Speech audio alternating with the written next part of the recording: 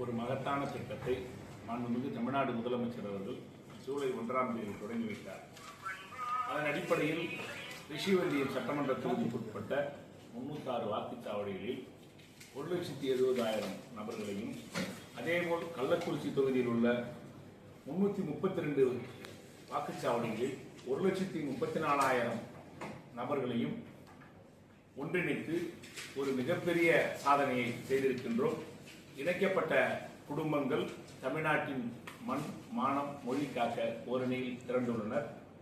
இதன் அடிப்படையில் செப்டம்பர் 15 அண்ணா பிறந்த தினம் அன்று ஒவ்வொரு வாக்குச்சாவடியிலும் உறுதிமொழி ஏற்பது எனவும், இரண்டாம் கட்டமாக செப்டம்பர் 17ஆம் தேதி கரூரிலே நடைபெறுகின்ற லட்சக்கணக்கானோர் திகழ்கின்ற முப்பெரும் விழாவில் இதன் தொடர்ச்சியாக இரண்டாம் கட்டமாகவும், மூன்றாம் கட்டமாக ஒவ்வொரு மாவட்டத்தினுடைய தலைநகரிலும் நடைபெறுகின்ற தீர்மான பொதுக்கூட்டங்களிலும் இந்த உறுதிமொழியை அங்கே முன்னெடுப்பது என முடிவு செய்யப்பட்டிருக்கிறது.